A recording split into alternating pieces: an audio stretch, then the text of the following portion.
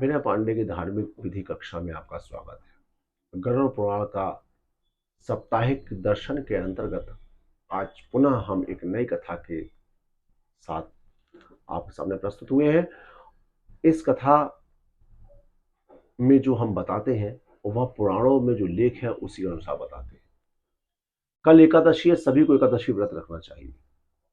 एकादशी के दिन भगवान नारायण का जाप करते हुए, रात में उनका भजन कीर्तन करते हुए और उद्यापन समय अनुसार करने पर इसके फल प्राप्त होते हैं, पितृ संतुष्ट होते हैं। इस दिन फल, पत्ती, तुलसी तोड़ना वर्जित है, चावल खाना वर्जित है। चावल खाना अर्थात कीड़े खाने के बराबर होता है, इसलिए सभी को एकादशी व्रत होता है। एकादशी क्या है, कैसा है, ये तो हम आगे और बताएंगे, लेकिन एकादशी का विशेष महात्मा क्या होता है ये आज हम आपको बताएंगे। पूर्व में हमने जीव आत्मा के बारे में बताया कि कैसे एक शरीर से आत्मा निकलने के बाद जो है दूसरा शरीर तत्काल धारण करता है, अतः जो हवा के रूप में आत्मा निकलती है वो वायु में अपना वायु का कवच बना लेती है, जिसको हम लोग प्रेत बोलते हैं। और उसके प्रकार उसके पुण्यों के आधार पर जो है वो अलग अपना स्थान बनाते हैं। एकादशी, भगवान नारायण ने अपने प्रिय पक्षीराज गरुड़ से कहा कि पक्षीराज, तुम्हारे मन में किसी प्रकार का संशय जीवात्मा के प्रति, उनके कल्याण के लिए हो तो वो आप हमको बताओ। और चूंकि भगवान नारायण के मुख से निकली हुई गरुड़ पुराण है, इसलिए बहुत ही शुद्ध पुराण है और इसके श्रवण करने से, इसके दर्शन करने से, इसको पढ़ने से, सुनने से जो है आपके पुण्य में बढ़ोतरी होती है। बोलो शंकर भगवान की जय। अब यहाँ पे नारायण की बात चल रही है और शंकर भगवान की जय।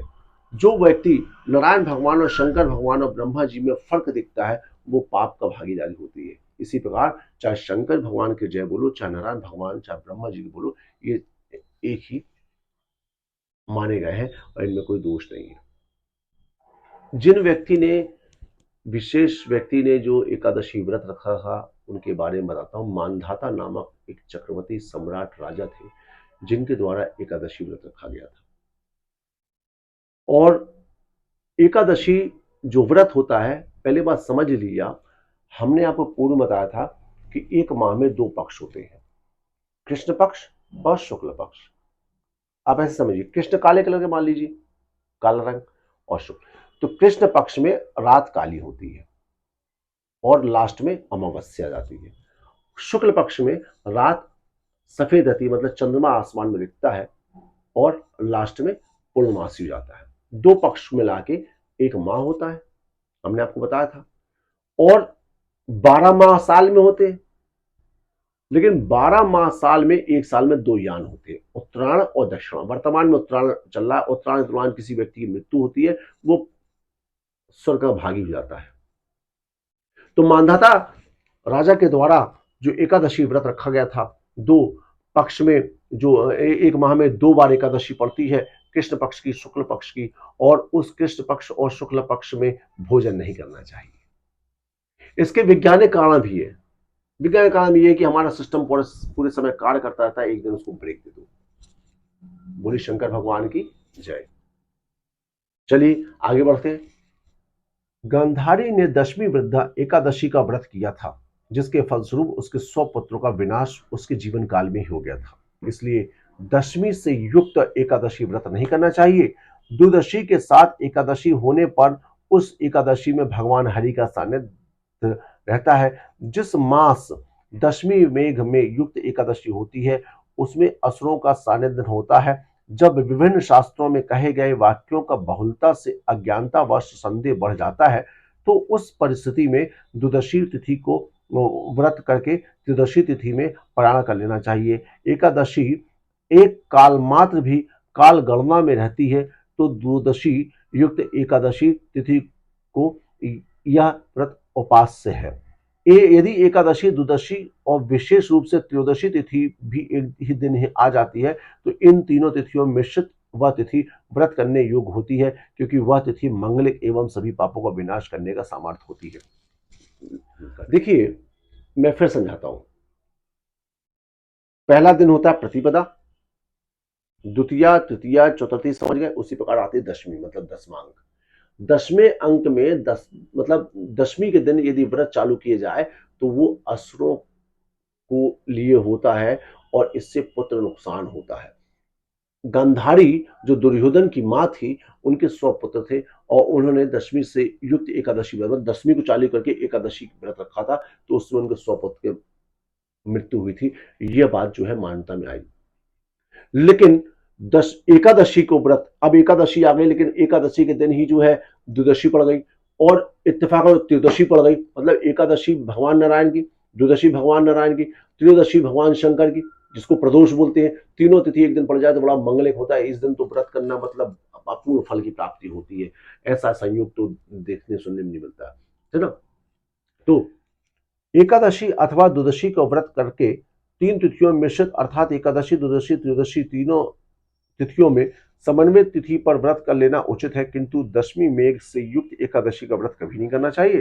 रात में जागरण तथा पुराण का श्रवण एवं शंख चक्र गदाधारी विष्णु की पूजा करते हुए दोनों पक्षों की एकादशी का व्रत कर महाराज स्कंददान ने मोक्ष प्राप्त किया था।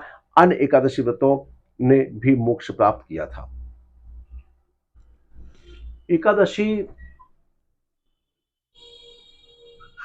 के लिए कार्तिक मास भी बहुत अच्छा है, वैशाख मास भी बहुत अच्छा है और माघ मास भी बड़ा उत्तम है। एकादशी के दिन आप प्रातः काल उठ के ध्यान करें और भगवान नारायण से प्रार्थना करें कि हे भगवान, आज हम एकादशी का व्रत रख रहे हैं, हमारे इस व्रत को सफल करिए, हमारे ऊपर आपका आशीर्वाद है। ये करते हुए भगवान के प्रति आप व्रत चालू करते हैं। ना कुछ खाना है, सोने से भी जो है, यदि आप सो गए तो सोने से भी व्रत खंडित होता है। एक राजा ने तो मात्र इस बात पर उनको स्वर्ग की प्राप्ति हो गई कि वो अपने राज्य में जिस दिन एकादशी पड़ती थी उसको प्रचार करते थे, कल एकादशी है, सभी को एकादशी व्रत रखना चाहिए, कल एकादशी सभी को व्रत रखना चाहिए।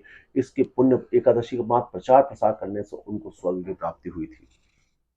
हम लोग तो लिखते हैं जिस दिन एकादशी पड़ती है तो फेसबुक में डाल दिए, व्हाट्सएप में डाल दिए, प्रचार प्रसार ही तो है। आज के कथा में मात्र इतना ही।